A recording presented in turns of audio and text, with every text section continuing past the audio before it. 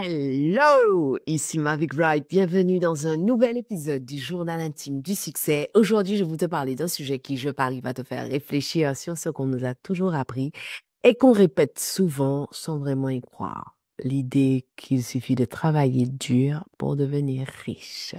Mais derrière devenir riche, le montant qui te convient à toi. Je sais pas pour toi, mais je me souviens que petite, on me disait constamment, si tu veux réussir, il faut que tu travailles dur, que tu aies de bonnes notes, que tu sois bonne à l'école, etc. Je ne sais pas combien de fois, alors que je bavardais, parce que j'étais une petite fille extrêmement bavarde, je ne sais pas combien de fois mes maîtresses m'ont rappelé à l'ordre en me disant que je n'y arriverais jamais parce que je bavardais, que je ne travaillais pas aussi dur qu'X, Y et Z. Et ça s'arrête pas là. On grandit avec cette idée que la promotion tant désirée ou la réussite financière viendra si on travaille plus que les autres. Mais franchement, c'est vraiment le cas. On va voir tout ça ensemble aujourd'hui, mais avant, prends ton café latte sans mousse ou ton bubble tea préféré parce que cet épisode pourrait bien te libérer d'un mythe qui pèse encore lourd sur tes épaules. Le mythe du travail acharné qu'on transmet à nos enfants. Ouais, parce qu'à cette minute, tu étais en train de te dire que les adultes qui étaient autour de toi, qui t'avaient dit qu'il fallait que tu travailles, avaient eu tort. Mais est-il possible que tu fasses exactement la même chose? Allez, cette idée qu'il faut travailler dur pour réussir est tellement ancrée en nous, eh ben, qu'on la répète sans même y réfléchir, surtout à nos enfants. Si tu veux un bon métier, tu dois avoir de bonnes notes, hein. Mais ce qu'on sous-entend derrière, c'est que ce bon métier te permettra de gagner bien ta vie, d'être à l'aise financièrement et donc, eh ben, de réussir. Sauf que voilà, combien d'entre nous savons que c'est pas exactement aussi mathématique que ça, que c'est pas toujours vrai. Mais on continue à le dire, hein. Faute de mieux. C'est un peu comme un conseil recyclé de génération en génération qui est jamais remis en question. Parce que en réalité, hein, qu'est-ce que tu vas dire à ton enfant? Ne fous rien à l'école parce que de toutes les façons, même si tu travailles, tu n'as pas la garantie que tu auras un chouette métier ou que tu vas gagner de l'argent. Enfin, qu'est-ce que tu vas dire? Ou le matin, tu vas dire, chérie, de toute façon, c'est pas la peine que tu te réveilles, hein, parce que bah, tu n'as aucune garantie que tous les efforts que tu vas fournir vont payer. Ben non. Alors, faute de mieux, tu dis ce qu'on t'a dit à toi. Alors que la vérité, c'est que on sait au fond de nous que la richesse ne vient pas uniquement du travail acharné. Allez, j'ai dit richesse, c'est pas la peine qu'il y ait de lever de bouclier. Dites l'aisance, dites l'argent, dites un montant, dites ce que vous voulez. Il me fallait bien un terme générique. On connaît toutes ces personnes qui bossent plus que tout le monde, mais qui n'avancent jamais. Parfois, vous qui êtes en train de m'écouter, vous êtes cette personne-là. Alors pourquoi on continue à propager cette idée? Parce que on sait rarement quoi dire d'autre. On manque d'exemples concrets, de conseils vraiment efficaces pour expliquer comment atteindre cette fameuse richesse sans y laisser sa santé mentale ou son bien-être. Pourquoi on continue à croire que travailler dur suffit? Tu te souviens ces moments où tu as cru que pour obtenir une promotion, il fallait que tu en fasses plus que les autres? Arriver plus tôt au boulot, repartir plus tard, te rendre indispensable. Et pour autant, combien de fois ça a marché? Le plus paradoxal dans cette histoire, c'est qu'on finit par croire que si ça n'a pas fonctionné, c'est parce qu'on n'en a pas assez donné. Alors on redouble d'efforts. Le cerveau humain est programmé pour répéter ce qui lui semble logique. Travailler dur dans notre esprit devient presque une équation mathématique. Effort égale réussite. Mais les neurosciences nous montrent que ce n'est pas aussi simple. Une étude menée par Harvard montre que la créativité et la capacité à résoudre des problèmes sont bien plus impactantes que le nombre d'heures passées à travailler. En d'autres termes, c'est pas combien de temps tu travailles qui compte, mais comment tu travailles. Le cerveau humain adore la répétition, mais il adore aussi l'innovation. Quand tu te contentes de répéter les mêmes choses, les mêmes tâches, encore et encore et encore, sans repenser ta stratégie, tu t'épuises sans générer de résultats significatifs. C'est un peu comme un athlète qui courrait en boucle sur la même piste sans jamais essayer de nouvelles techniques. Il devient bon pour tourner en rond, mais il n'atteindra jamais la ligne d'arrivée. Le paradoxe du conseil, travailler dur. Le plus frustrant, c'est qu'on sait que ça ne marche pas, mais on ne sait pas quoi faire d'autre. Ça te parle, non?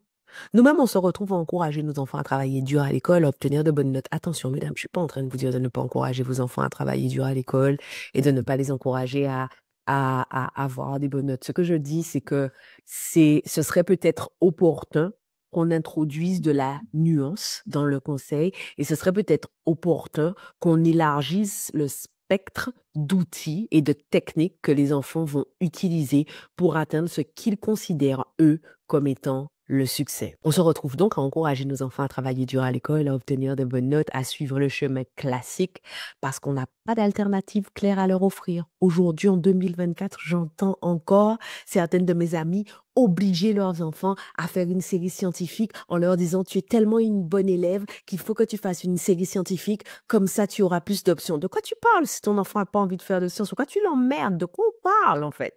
Aujourd'hui, en 2024. Mais c'est que, faute de mieux, on se retourne sur ce qui a toujours été dit. Et quand les enfants se retrouvent à nous dire, à nous demander, mais pourquoi? Ah ben, on leur dit, ben, parce que c'est la clé du succès. C'est comme ça que ça fonctionne. Sauf qu'en vrai, on sait qu'il y a quelque chose qui cloche. Prenons l'exemple de la promotion tant désirée. On pense souvent que la personne qui va l'obtenir sera celle qui bosse le plus, mais c'est pas toujours le cas. Souvent, d'ailleurs, ce n'est pas le cas. Il y a une composante de visibilité, de networking et même de savoir quand dire non. Quand je coach des femmes, il m'arrive d'avoir en face de moi des femmes qui ont d'excellents états de service, d'excellentes notes, d'excellents diplômes et à qui on ne pense jamais pour des promotions. Et quand je leur demande si elles sont visibles, la réponse est souvent non. À croire qu'il suffit d'avoir travaillé dur et de rester dans son coin et que le succès va venir nous trouver. C'est quoi ça? Mais jamais, jamais. Donc, je reprends, il y a une composante de visibilité, de networking et même de savoir qu'on dire non. Des études montrent que les femmes en particulier ont tendance à prendre sur elles les tâches ingrates ou non valorisées au travail dans l'espoir que ça va mener à une reconnaissance. Mais surtout pas, enfin, faut pas prendre les tâches non visibles. Si vous pouvez les éviter, ne les prenez pas. Les statistiques montrent que ce sont souvent celles qui savent déléguer, se concentrer sur l'essentiel et naviguer intelligemment dans l'organisation qui finissent par obtenir la promotion. Je vais répéter. Ce sont souvent celles qui savent déléguer, se concentrer sur l'essentiel et naviguer intelligemment dans l'organisation qui finissent par obtenir la promotion. L'alternative au travailler plus intelligemment. Alors, que faire quand travailler plus n'est pas la solution? Travailler intelligemment. C'est là que le mindset entre en jeu. Au lieu de se concentrer uniquement sur l'effort, il s'agit de créer une stratégie. Une étude de l'université de Stanford montre que les personnes qui se concentrent sur les résultats et non sur le temps passé à travailler sont 31% plus efficaces. C'est énorme. Et là, je voudrais attirer votre attention sur le fait que, je sais que je le dis à chaque épisode, mais je suis pas une éberluée, une évaporée, j'ai pas perdu le contact avec la réalité. Je sais que surtout dans les périodes de stress, ça nous rassure de travailler de longues heures. Moi, ça m'arrive quand je trouve que j'ai eu une journée courte ou quand je trouve que j'ai fait un truc super facilement ou super rapidement, de me dire, est-ce que c'est suffisant? Est-ce que je mérite ce que je gagne à la fin du mois? Est-ce que je vais pas payer cher le fait de croire que le succès peut venir aisément? Est-ce que je ne devrais pas en faire plus pour mériter la vie que je mène? C'est normal. Enfin, je vous rappelle que lorsqu'Ève et Adam sont chassés, vous dites Adam et Ève, moi je dis toujours Ève et Adam. Je dis toujours son prénom en premier, le prénom de la femme en premier. Mais bon, ça c'est une autre histoire. C'est judéo-chrétien. Lorsqu'ils ont été chassés de l'Éden, on leur a dit, tu gagneras ton pain à la sueur de ton front. Il faut que ça soit pénible. Et donc, ça a conditionné notre rapport au travail. Alors que l'étude menée par l'université de Stanford montre que les personnes qui se concentrent sur les résultats et non sur le temps passé à travailler sont 31% plus efficaces. L'idée est de te demander qu'est-ce que je fais aujourd'hui qui me rapproche de mes objectifs. Plutôt que de passer des heures à rattraper des petits détails insignifiants ou à faire plaisir à tout le monde, il faut apprendre à focaliser ton énergie là où elle est vraiment utile. Par exemple, si ton but est de gagner en visibilité dans ton entreprise, peut-être que tu devrais passer moins de temps à répondre à des emails et plus de temps à participer à des projets visibles et stratégiques. L'impact sur les générations suivantes. C'est là que ça devient intéressant. Si tu réussis à comprendre cette nouvelle dynamique et à l'appliquer à ta propre vie, imagine l'impact que ça va avoir sur tes enfants. Au lieu de leur répéter que travailler dur est la clé, tu peux leur montrer qu'il s'agit de trouver leur force, leur talent et l'utiliser intelligemment. Je sais à quel point on peut être parfois démunis devant cette histoire d'aider les enfants à trouver leurs forces, leurs talents, parce que parfois, on n'arrive même pas à trouver ses propres forces, ses propres talents. Et c'est pour ça qu'à l'intérieur de la Nana Impériale, j'ai chaque année l'un de nos challenges phares, qui est la chasse des œufs de Pâques, qui aide les femmes à trouver leur zone de génie et leur zone d'excellence. Je sais à quel point ça peut être déstabilisant parce que, surtout dans le système français, j'ai découvert qu'il existait d'autres systèmes quand on est venu vivre au Canada. Il y a souvent cette idée de il faut finir ce que tu as commencé. Et donc, d'un côté, on se dit qu'on va aider les enfants à découvrir de nouvelles choses, de nouvelles activités, de nouveaux hobbies. Mais les activités se pratiquent sur 1 an. Parfois, au bout de 2 mois, l'enfant, il en a marre, en fait, de l'activité. L'activité ne lui plaît pas, ne lui plaît plus. Et vous, vous dites, non, non, non, faut aller au bout, tu as commencé, tu changeras d'activité l'année prochaine. Et parfois, l'enfant a passé une année à faire un truc qui l'emmerdait comme un rat mort. Et l'année prochaine, il vous dit pas qu'il veut faire une nouvelle activité parce qu'il se dit, si jamais j'aime pas, on va encore me faire rester là à faire du violon pendant 1 an. Donc, non. Ici, au Canada, le système est un peu différent. Les choses fonctionnent beaucoup sur des systèmes de camps. Donc, les enfants ont des camps qui vont durer 8 à 12 semaines, par exemple. Et donc, vous pouvez prendre mon fils, par exemple.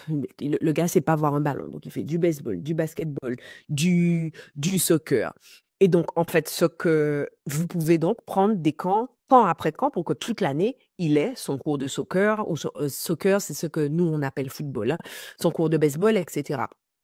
Ensuite, lorsque l'enfant a vraiment trouvé quelque chose qui lui plaît et qu'il a envie de pratiquer sur l'année, là, l'enfant va aller passer des essais dans différentes équipes et s'il est sélectionné, il peut faire la même activité pendant toute une année. Donc, par exemple, là, mon fils vient d'intégrer une équipe de soccer, une académie de soccer. Il va faire du soccer pendant toute l'année. Mon fils aime vraiment le foot. Toute l'année, pour le baseball et pour le basketball, on est encore sur des camps.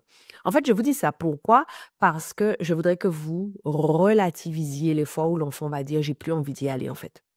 J'aime pas, ça me plaît pas. Est-ce que je peux essayer quelque chose d'autre? Ça, c'est la première des choses. La deuxième des choses, c'est l'idée selon laquelle c'est à nous d'élargir l'horizon en fait des enfants. Ils vont pas deviner. Isaiah, moi je sais pas d'où il a sorti son histoire de baseball parce que c'est pas du tout un sport qu'on connaît, qu'on pratique. Mais pour toutes les autres choses qu'ils ont essayé, eh ben on leur a proposé. On a une petite minouche qui aime les arts martiaux, elle aime le karaté, c'est vraiment, vraiment son truc, mais on lui a proposé le judo, on lui a proposé le taekwondo, on lui a proposé le jiu-jitsu. Et en fait, enfin, des choses comme ça, c'est à nous, en fait, de les proposer. Et je voudrais pas que vous vous trompiez sur l'objectif de cet épisode. L'objectif de cet épisode, c'est pas de vous aider à faire que vos enfants travaillent moins dur, hein. C'est à faire en sorte que vous arrêtiez de vous appuyer sur le nombre d'heures que vous allez consacrer à un projet pour créer le type de vie que vous voulez. Chaque fois que je parle des enfants, c'est une espèce d'apparenté. Bon, alors, je continue. Où est-ce que j'en étais? Alors, oui, voilà. Leur force, leur talent et les utiliser intelligemment. En faisant ça, tu leur montres que le succès ne vient pas exclusivement d'un acharnement épuisant, mais d'une stratégie pensée et d'une approche équilibrée du travail. Il est temps, en fait, qu'on transmette une approche équilibrée du travail. Le nombre de burn-out n'a jamais été aussi élevé que dans notre génération. Et n'oublions pas un point crucial, hein, le repos, le recul et l'équilibre font partie de cette stratégie. Lorsque ma coach en performance me prépare avant mes shows, enfin, elle m'impose un nombre d'heures de sommeil, elle m'impose des journées où je ne travaille pas, elle m'impose des massages. Enfin, le repos, le recul et l'équilibre, ça fait partie intégrante de la stratégie. Ton cerveau a besoin de pause pour être efficace. C'est pas un hasard si certaines personnes sont plus productives que d'autres. Les Bill Gates, les Oprah, c'est pas un hasard si ces gens-là prennent du temps pour réfléchir, méditer et se ressourcer. Elles comprennent que l'efficacité vient aussi de la capacité à recharger ses batteries. Alors là encore, j'attire votre attention. Aujourd'hui, je suis arrivée à une phase de ma vie où j'ai des phases où je me repose, je prends de la distance par rapport à mon boulot. Pendant les premières années où j'ai créé ce qu'on a aujourd'hui, j'ai énormément travaillé. Donc, je ne suis pas en train de vous dire que prendre du repos, prendre du recul, trouver de l'équilibre, c'est toujours aussi facile, quelles que soient les phases de notre vie, hein. Parfois, ça relève vraiment du challenge, mais ça doit être quelque chose qu'on a quelque part à l'intérieur de notre tête, dont on sait que c'est nécessaire. Alors, Maintenant, je veux te parler à toi qui écoute cet épisode en pensant, ouais, c'est bien beau tout ça, ma vie, mais moi, je suis coincée dans un boulot alimentaire épuisant. J'ai même pas le temps de penser à ma richesse ou à mes projets. Je te comprends parfaitement, hein. Je te rappelle que j'ai été ruinée, que j'ai fait faillite, que j'ai débuté à un moment, enfin, bref. Travailler dur est peut-être devenu une obligation pour toi parce que tu dois subvenir à tes besoins et à ceux de ta famille. Alors, quand est-ce que tu pourrais bien trouver le temps de travailler intelligemment? La vérité, c'est qu'il ne s'agit pas de te dire que tu dois tout chambouler du jour au lendemain. Tu n'es pas obligé de quitter ton travail alimentaire demain matin, mais tu peux commencer à créer du temps, même 30 minutes par jour, juste 30 minutes par jour pour penser à ta propre richesse, à ta propre croissance. Et je sais que tu te dis peut-être, non mais 30 minutes, c'est ridicule. Qu'est-ce que je vais bien pouvoir faire avec ça? Mais laisse-moi te parler de l'effet cumulé. Est-ce que tu connais l'idée de l'effet cumulé? Est-ce que tu as lu ce livre? C'est l'idée que de toutes petites actions répétées de manière régulière peuvent avoir des résultats incroyables sur le long terme. Prenons un exemple très simple. Si tu trouves un moyen de dégager 30 minutes par jour pour travailler intelligemment sur ton projet de richesse, sur ta prospérité financière, sur ta sécurité financière, que ce soit pour apprendre une nouvelle compétence, pour réfléchir à un side business ou même juste pour lire sur les finances personnelles, juste ça. Eh bien, au bout de 6 mois, tu auras cumulé 90 heures de travail sur ton projet. 90 heures. C'est presque l'équivalent de 2 semaines de travail. Excuse-moi. Non, alors, on est au Canada. Alors, en France, ça serait même plutôt l'équivalent de presque 3 semaines de travail à temps plein. Et là, tu te dis peut-être, mais comment trouver ces 30 minutes? Peut-être qu'au lieu de passer une demi-heure sur Instagram le soir avant de coucher, tu pourrais investir ce temps à réfléchir à tes objectifs financiers ou à créer un plan d'action concret. Ou alors, si tu fais ton trajet pour aller au boulot en transport en commun, tu pourrais écouter un livre audio ou un podcast sur la finance ou le développement personnel. L'idée, c'est de commencer petit, mais de commencer quand même, en fait. Et ces petites actions répétées jour après jour peuvent t'amener bien plus loin que tu ne le penses. Maintenant, je veux aussi te parler d'un autre concept, celui de l'investissement régulier. Supposons que tu arrives à économiser seulement 30 euros par mois, juste 30 euros par mois. C'est peut-être pas grand-chose pour toi aujourd'hui, mais laisse-moi te montrer que ce que 30 euros peuvent faire sur le long terme. Imagine que tu places ces 30 euros chaque mois dans un investissement financier qui te rapporte 5% par an. Juste 5% par an, c'est tout à fait réaliste si tu choisis un bon placement. Au bout de 5 ans, ah bah, tu as investi un total de 1 800 euros. Mais avec les intérêts composés, tu as accumulé plus de 2 000 euros, juste en économisant 30 euros par mois. Maintenant, imagine si tu pouvais économiser 50 euros ou même 100 euros. L'effet cumulé devrait être encore plus impressionnant. En 10 ans, avec ces mêmes 30 euros mensuels, tu pourrais atteindre 4 800 euros. Et c'est que le début, en fait. Le principe des intérêts composés, c'est que plus tu investis tôt, plus ton argent travaille pour toi. Donc, même si tu es dans une situation où chaque euro compte, si tu peux pas, 30 euros, fais 10, en fait. L'important, c'est de commencer. Il est possible de commencer à investir petit à petit. Ce qui compte, c'est pas de tout changer du jour au lendemain, mais de commencer à faire de petites économies régulièrement pour les placer intelligemment. Tu vois, il ne s'agit pas de tout transformer d'un coup. Le secret, c'est la régularité. Que ce soit pour investir du temps ou de l'argent, le fait de faire de manière constante est bien plus puissant que de vouloir tout changer en un jour. C'est exactement ce que l'effet cumulé nous apprend. Les petites actions prises régulières, faites régulièrement, produisent de grands résultats. Alors, si tu coinces dans un travail alimentaire qui prend toute ton énergie, pense à ces 30 minutes que tu peux dégager par jour. C'est suffisant pour commencer à réfléchir à une autre façon de travailler, à apprendre quelque chose de nouveau ou à préparer ton plan pour un avenir financier plus solide. Ce sera pas facile au début, mais avec de la constance, tu peux transformer la situation. Ce que je veux que tu retires de cet épisode, c'est que tu n'es pas obligé de te tuer à la tâche pour devenir riche et que te tuer à la tâche ne te garantit absolument pas d'arriver à la situation financière que tu veux, en fait. C'est tout à fait possible que tu sois dans une situation compliquée aujourd'hui, mais ça ne veut pas dire que tu dois abandonner l'idée de construire un patrimoine financier. L'argent ne vient pas que du travail acharné.